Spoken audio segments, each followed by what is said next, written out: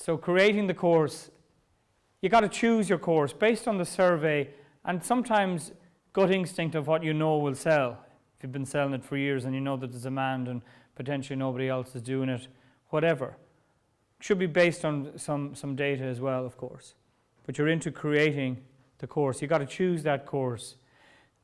In my experience, the one to choose as well is the one that you really like, because it's the one your likeness and fondness for it is going to come out in your voice. It's going to come out in the video. You won't mind making the videos, etc., etc.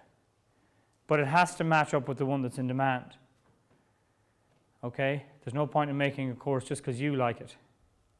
Okay? Ideally, there's a match between demand and your fondness for the material. Ideally, you'd map out the course.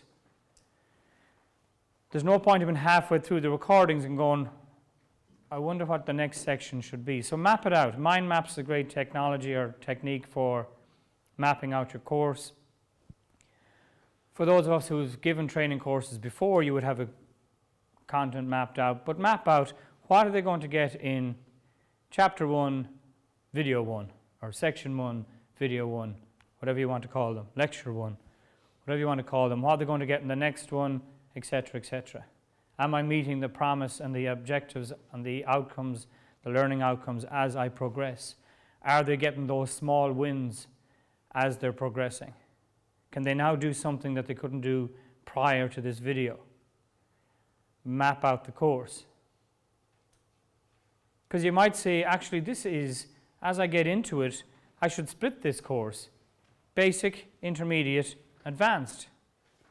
I've got 3 courses here, now that I see it on the floor, mapped out in my mind map.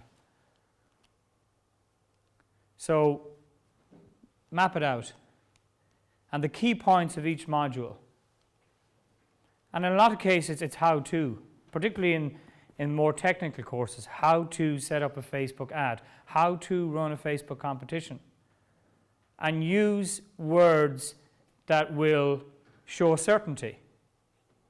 I learn from a great coach on a weekly basis about certainty.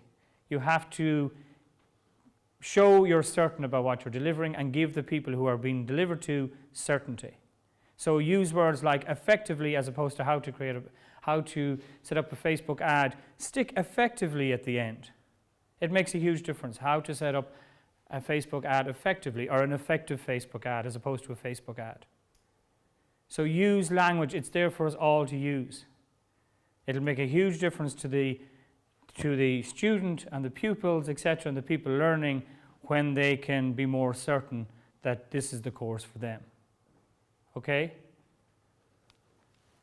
So map out the key points and give good, inspiring, encouraging titles to each video. How to is just one example. But that's what they're there to do. That's what they want, is the how-to. Okay? So if you start with how-to, that's what they want in a lot of cases. Map out any worksheets and supporting documentation that would even make it a better course. Like, it doesn't cost a lot to open up Word and put in, 6 little feet and number them 1 to 6 and type out, where they should go and little arrows and stuff. So not only will I show you how to do what was that move you said? Arabesque. It sounded good anyway. Sounds very good. Sounds like something I should learn. So, yeah, in the afternoon we're all going to be. So, not only in the course with the video am I going to show you how to do it, because sometimes you possibly get in the dance, oh yeah, it's easy for you to do it. And that happens in a lot of courses. It's easy for you, Johnny, so you've been doing it all your life, etc., etc. So to increase certainty and usability and success, add additional supporting documentation. Simple Word document, PDF. Like, I sometimes give people a publishing schedule in the courses, and they stick it on their wall, and it gives them, like what we call a cheat sheet in the gaming world, a cheat sheet or a set of things that they can abide by as they're doing the course and as they're implementing the course, more importantly. So map out what supporting documentation, go that extra mile. There's only difference between ordinary and extraordinary is the word extra. So go that little bit extra. It's only, and it's free. You don't have to print them and post them out to people. They can download them as part of the course, supporting documentation. Okay? Offer accreditation, even if it's just certification of completion. Okay, people like to get rewards for their efforts and their time and their studies. You know, it's how the education system works, so we're used to it. You know, we get our homework corrected and we get a little star and 2 stars and smiley faces. I see Jack coming home with little yellow stickers and smiley faces and various things. Recognition. So this is more recognition. I've now got a cert. Downloadable PDF in a nice certificate format with a nice font and so on and so forth. You may think it's trivial, but it's not as trivial as you think. Then you have to choose your video format, and this is what we'll be really focusing in on in the afternoon. And in a lot of cases, it's a combination of the 3 that I'm going to discuss. But one might be all PowerPoint. Yeah, all PowerPoint with a voiceover. And you're off camera. And recommended shouldn't be in there. So the point is that as we go through the rest of them, it'll become apparent. But the first option is you basically put all your content into PowerPoint slides. You put on your headset. You use Camtasia, which we'll be looking at, or even PowerPoint itself can make videos now. And you talk through the presentation. You might even buy a clicker, you might even buy a lapel mic, and you walk around the room even though it's empty to give you energy because you want to deliver it as if they're in the room with you. And people look in the window and they go, Johnny is definitely lost. He's training and there's nobody there. There isn't even cameras. And there he is walking around telling bad jokes and so on. So it's good to stand up and give energy into the presentation as if, you know, there are people in the room. There can be all PowerPoint with you on camera. That's more recommended. We need to move the recommended. The point is that people build a stronger connection when they see you physically. They'll believe you more when they see you. So and even if it's just for 5 seconds, and you go, hi, I'm Leon Quinn, and in this module you're going to learn X, and you switch over to PowerPoint or screen capture tutorials or whatever it is, they see you, they want to see you. It definitely increases lots of different things. Trust, authority, you exist, and you're there, and so on and so forth. There's PowerPoint with an on-camera inset. Proving popular as well, a little bit more involved. Definitely the file sizes are a lot bigger, but basically you're a little passport headshot talking as the PowerPoint presentation is being delivered. Now there are even newer technologies now and solutions where you're half the screen and PowerPoint is half the screen. There's a service called present.me where you can actually do that. So what it is it breaks the monotony of just looking at slides. Like sometimes you're looking at me, sometimes you're looking at the slides, sometimes you're looking at the ceiling, but you're breaking it up by looking at different things. So splitting the screen or having the presenter in the corner or whatever breaks up the monotony of just PowerPoint.